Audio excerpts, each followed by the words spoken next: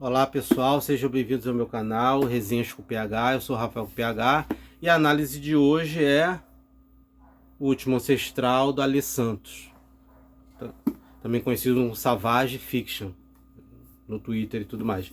Esse último eu gosto, pô, é uma bela edição, né?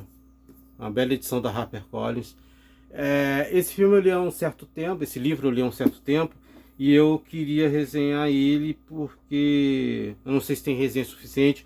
Livros nacionais, especialmente livros nacionais assim de sci-fi e especificamente afrofuturismo, né? Não são muito populares, não é uma coisa assim muito, não são produções muito prolíficas, né? Aqui você tem a arte do Rafael Albuquerque. É até uma pena que o livro não tenha mais artes, né?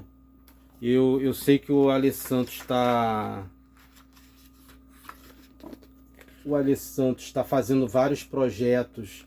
Ele estava fazendo RPG e eu não lembro se ele vai ter. Eu sei que ele está fazendo as graphic novels, mas eu não sei se ele vai transformar isso aqui em graphic novel.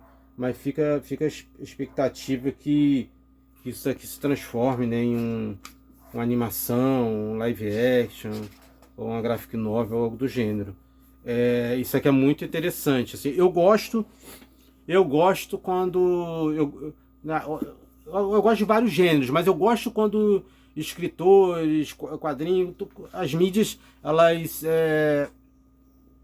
misturam gêneros, sabe? Tipo assim, sei lá, um filme de roubo, mas com zumbis, um faroeste e aí com invasão alienígena, essas coisas do gênero. Aqui, né, você tem o futuro, né?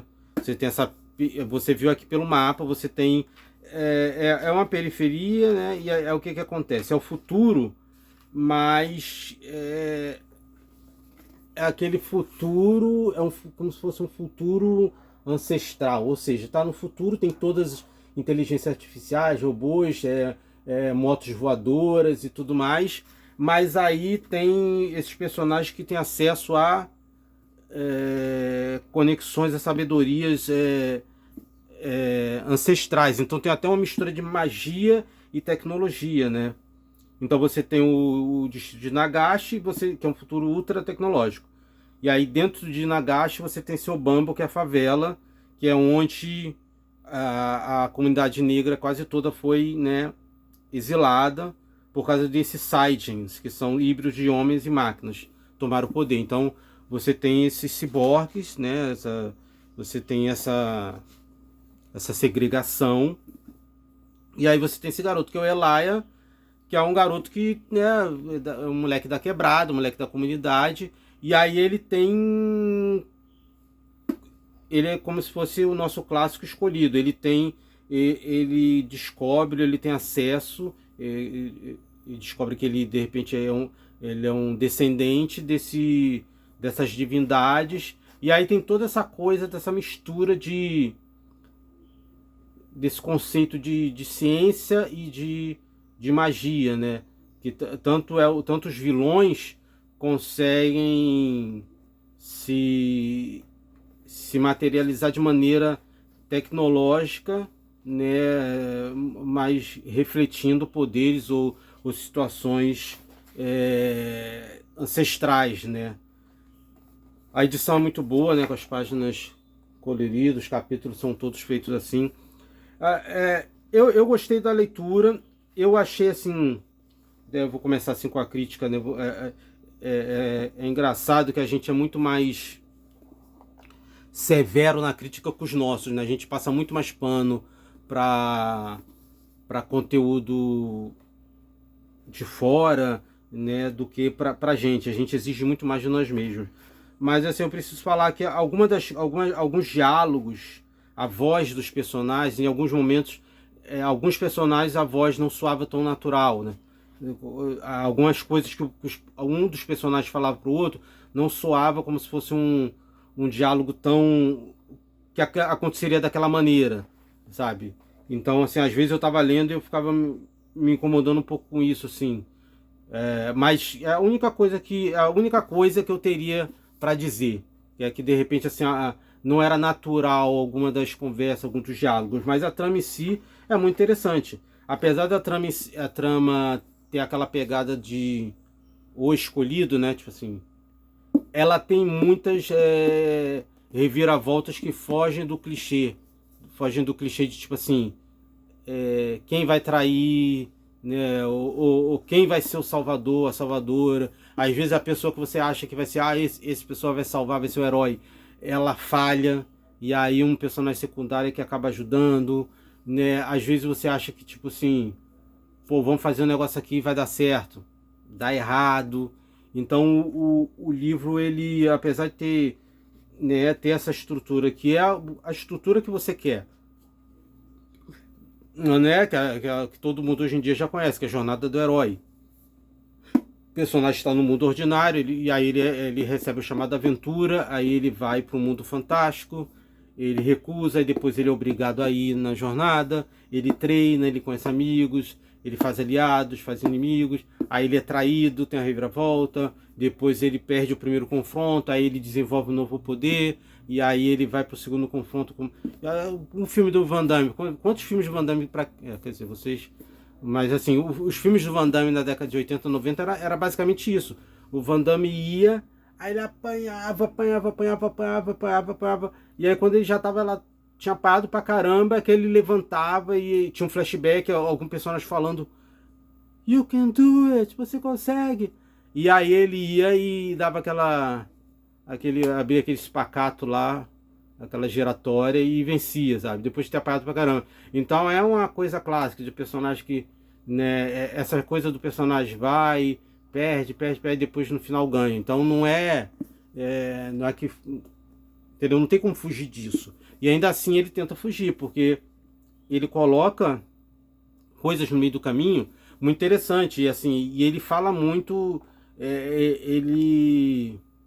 o personagem, por exemplo, o Eli, ele não é um personagem que, tipo assim, opa, vou sacrificar tudo pelo bem do... Entendeu? Tem todo esse questionamento, tipo assim, pô, cara, essa não é minha. Ou, tem todas essas inseguranças, tem outras situações, né? Então, assim, é muito interessante que isso aqui é uma distopia, né? Pode ser uma distopia, porque é muito complicado a distopia e um pós-apocalíptico. Então, na verdade, isso aqui seria uma distopia, que a distopia nada mais é uma utopia que se revela não tão utópica. Então, aqui tem uma utopia que serve só para os saiyans, para os brancos. Então, para os negros, para as comunidades, para as pessoas da comunidade, isso é uma distopia. Né? Então tem aquela pegada de, né? E quando você lê a descrição do Alê, você visualiza ali aquele universo meio Blade Runner, sabe? De arranha-céus, carros voadores, aquela coisa assim, e quem tá lá embaixo está tudo sujo, não tem acesso à educação. E, sabe, tem todo esse universo de futuros distópicos, eles se mesclam, né? Não tem como você fugir. Então a ambientação, a mitologia que ele cria aqui é muito interessante, sabe? Da tecnologia, de tudo como funciona no futuro, é muito legal. É por isso que eu falei, eu senti falta de ter... Ó, tem um desenho aqui, eu senti falta de ter mais artes do Rafael Albuquerque. Primeiro que ele é um baita desenhista, né? Desenha lá pra fora.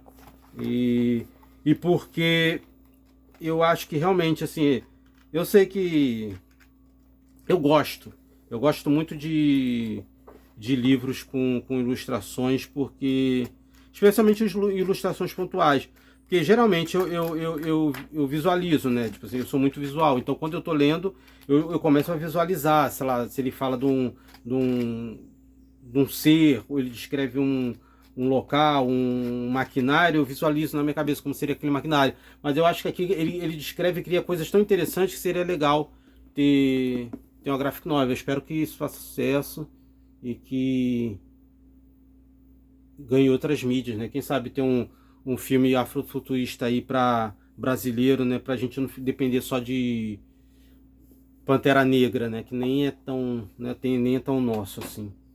Então essa fica a minha dica de hoje, né? O Último Ancestral. Eu até tenho que ler o outro dele, eu não comprei o outro livro dele, e assim, é o Mata. Agora eu não lembro o nome. Mas depois eu vou botar na descrição. E então assim, eu vou deixar o link aqui, se vocês gostarem, se vocês quiserem, para comprar pelo link. O Última Ancestral é uma boa leitura. Geralmente você consegue encontrar ele por um bom preço. Assim, foi uma boa leitura, bem escrito. Não tem nada a dever para as mitologias e literaturas americanas ou de outros países. É um escritor de mão cheia. Essa é a minha dica de hoje, pessoal. Obrigado por ter assistido. Até a próxima.